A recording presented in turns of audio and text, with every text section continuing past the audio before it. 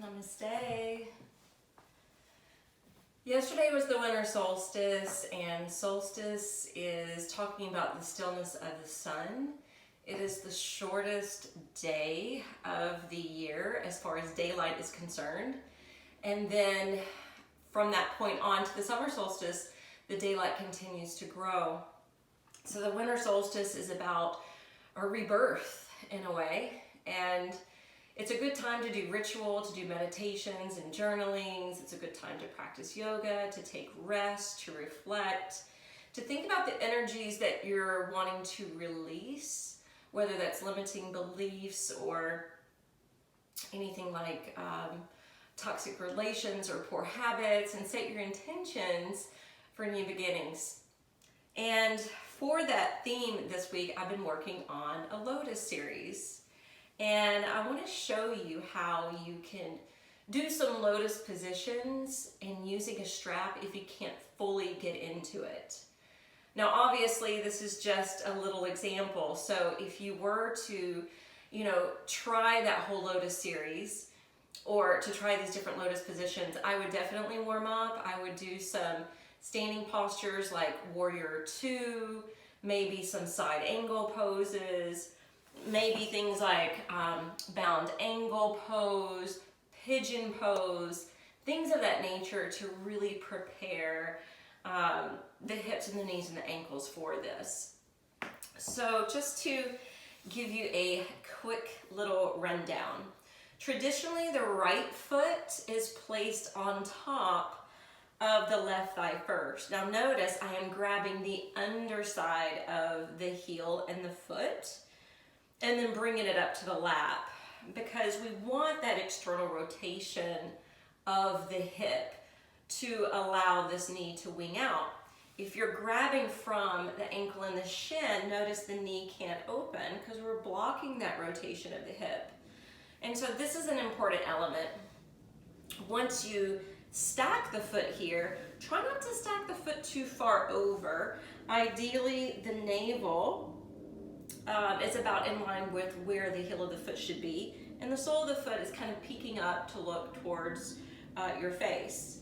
If you slide the left foot in, notice you may have some space between the right knee and the floor. So if you hinge a little bit, notice that knee will rock down and you can scoop up underneath, and boom, voila, you are in Lotus position. If you want to lock the feet into place, which I would suggest for the series, you can flex the feet, and sometimes it's just dependent upon what type of clothing you're wearing as well. All right, so a lot of Westerners can't do this, and that's okay. You may discover, oh, my right foot can do it, but I can't quite get my left. And if that's the case, you're going to tuck it underneath like that. Same thing with the left. Maybe your left side manages well, but your right side doesn't. Okay, so you could do what I'm going to show you from a half lotus. If neither one of those is working out for your body, most people can take Sukhasana, this easy pose. You will want an 8-foot strap. You can also use 2 shorter straps, but you may have to lace them together dependent on your body and how it works with you. So if you wanted to go through a Lotus series and you needed the legs to stay bound, what you would do is take that strap into a loop, usually going through the larger hole in the bracket, coming back through where the teeth and the grooves are. And notice if I pull on the strap, it's not budging, and that's what you want. So if a foot is up underneath here, you're going to allow the strap to wrap around the foot and over the thigh. And then you twist the strap so it looks like a figure 8 or the sign of infinity. And then this top loop is going to go around the knee and the foot that's on the bottom here, if there is a foot.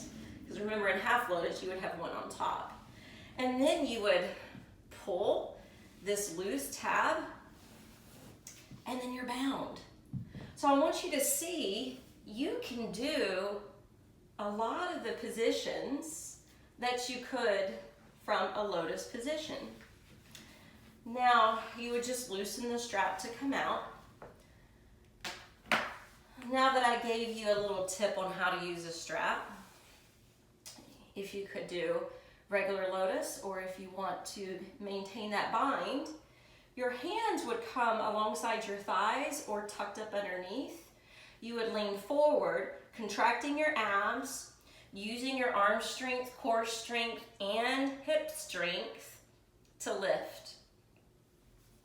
I'm going to scoot back a little bit. And then if you wanted to come forward, right, you could try to balance there on the knees. This is a hardwood floor, so I'm going to go ahead and tip forward. Now this looks like it might hurt, but it's actually okay. Just take your time coming down, and you can flatten out and reach your arms forward. Take a few breaths here. Your hands can slide back under the shoulders. Some people like to do some push-ups here, which is nice. You can also sit back and you can stretch out over into a forward fold. I'm just giving you some quick examples. I would not suggest going this quickly. And then if you wanted to move back, you could roll down here. You could take the knees down, lift the chest up, take the head back to a form of fish. And you could also lift into like a shoulder stand and then move into a tranquility pose. So those are just a few examples. If you want to bind yourself up with a strap and try some of those positions. And I took the theme of the lotus into the winter solstice because a lotus also means rebirth, regeneration, enlightenment, transformation, and purity. So take that with you. I hope it helps. Have fun. And one last tip.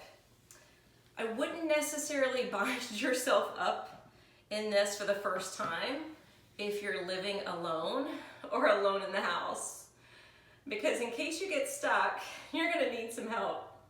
But have fun with it, and happy holidays. Namaste.